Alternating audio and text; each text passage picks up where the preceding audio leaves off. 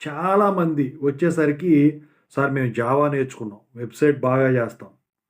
Dot net నేర్చుకున్నాం, website బాగా చేస్తాం. పైథాన్ నేర్చుకున్నాం, డీజాంగో నేర్చుకున్నాం, వెబ్సైట్లు బాగా చేస్తాం అని చెప్పేసి అడుగుతా ఉన్నారు. అయితే మరి ఎందుకండి మాకు జాబులు రావట్లేదు అని చెప్పేసి. అయితే మీరు జావా గానీ, డీజాంగో గానీ, డాట్ నెట్ గానీ మీకు ఎంత ఎక్స్‌పీరియన్స్ ఉన్నా, ఎంత స్పీడ్‌గా చేయగలిగినా నెలలకు నెలలు వెబ్‌సైట్ చేయటం పడుతుంది. కానీ ఇవాల్టి రోజున చూస్తే వితిన్ సెకండ్స్‌లో వెబ్‌సైట్ ఆటోమేటిక్‌గా క్రియేట్ అయిపోయి, ఆ తర్వాత మనం దాన్ని ఎడిట్ చేసుకోవాలంటే ఎడిట్ చేసుకోగలిగి, అలాంటి సాఫ్ట్‌వేర్సు ఇవాళ రావటం జరిగింది. ఇంతకీ అవేంటి?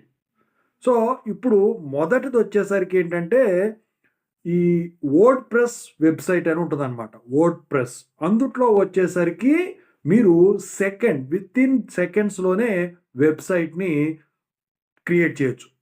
అందుట్లో టెంప్లెట్స్ ఉంటాయన్నమాట. అలాంటి టెంప్లెట్ ఒకటుంటుంది. మీరు ఇన్‌స్టాల్ చేసుకోవాల్సింది. అదేంటంటే యాస్ట్రా. దాన్ని కొడితే ఆటోమేటిక్‌గా మీకు వచ్చేస్తది. అంటే మరి మీరడగొచ్చు. ఈ కామర్స్ వెబ్సైట్‌లు జేసుకోవాలి, ఎడ్యుకేషన్ సంబంధించిన వెబ్‌సైట్‌లు చేసుకోవాలి, జర్నల్స్‌కి సంబంధించిన వెబ్‌సైట్ చేసుకోవాలి. మరి దానికి రిక్వైర్మెంట్స్ ఎలా తెలుస్తాయని. అందుట్లోనే మళ్ళీ యాస్ట్రాలోనే ఈ టెంప్లెట్స్ ఉంటాయన్నమాట. ఏంటంటే ఇది డిజైనరు, అదొచ్చేసరికి ఏంటి టెంప్లెట్సు. ఆ టెంప్లెట్సు మీకు ఈ కామర్స్ వెబ్‌సైట్ కావాలంటే ఈ కామర్స్ వెబ్‌సైట్ మీద క్లిక్ చేస్తే దాన్ని యూజ్ చేసి ఆ టెంప్లెట్‌ని ఇది చేస్తది. అలాగే మిగతా లైబ్రరీ అయితే లైబ్రరీ ఏది కావాలంటే అది. ఇది వర్డ్ ప్రెస్ వెబ్‌సైటు. ఇక రెండోది వచ్చేసరికి ఏంటంటే మీ అందరికి తెలిసినదే ఏఐ. ఏఐ యూజ్ చేసి within seconds you can create a website according to your requirement. ఇలా చాలా వెబ్‌సైట్స్ ఉన్నాయండి సాఫ్ట్‌వేర్సు. సో, అయితే ఇవన్నీ కూడా మీరు ఆన్‌లైన్‌లోనే చేయాల్సుంటది. నెట్ కనెక్టివిటీ ఖచ్చితంగా ఉండాలి. ఇప్పుడు వర్డ్ ప్రెస్ వెబ్‌సైటు చేయాలి అంటే, దానికి ఒక డొమైన్ కొనుక్కోవాలి, హోస్టింగ్ కొనుక్కోవాలి. చేస్తా ఉంటే ఆటోమేటిక్‌గా పబ్లిష్ చేసుకుంటా ఉంటామనమాట. అలాంటివి ఇంకా చాలా ఉన్నాయండి.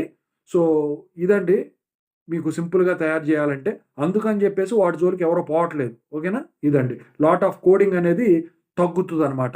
దీన్ని యూజ్ చేయడం వల్ల. ఆటోమేటిక్‌గా కోడ్ అనేది చేసిన దాన్నే వేరే వాళ్ళది అది యూజ్ చేసుకుంటుంది.